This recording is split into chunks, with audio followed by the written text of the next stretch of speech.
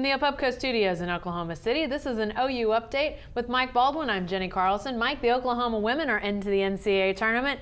They got a pretty good draw, didn't they? Well, getting a 6th seed with 12 losses, I mean, that's what was really good about the draw. And you avoid the 1s and the 2s, especially the 1s. There were rumors, Cream, in fact, on ESPN, their version of Lenardi had him as an 8 like the last 3 weeks. You get an 8, guess who's the 1 in this one? Stanford. That'd been way tougher.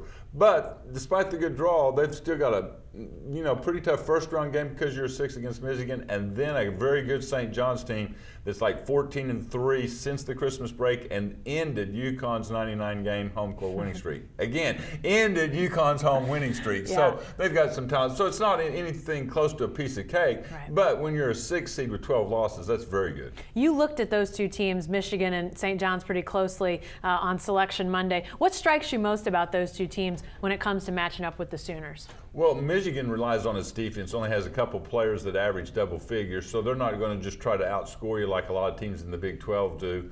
And then St. John's, from what little we can see, they average like 9 steals a game. They have 4 players that average like 11 to 12 points, so they're very balanced. They don't rely on just one player.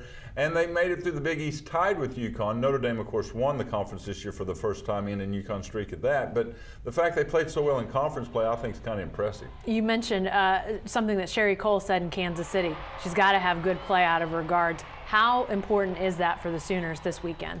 Well, Hand obviously is the glue, who had coming off her best game of the season, 24 points in the loss to A&M. She said she's been watching film with Sherry. I'm turning down some good shots, but then when I'm missing shots like I am, so it's a fine line for her on how much to shoot. Ellenberg went through that 6-game slump about a month ago. She's been coming out of it.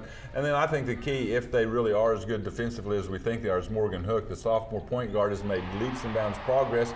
But guess what? Against A&M, that was athletic. 0 assists, 6 turnovers. She can't have a game like that. Definitely. Thanks, Mike.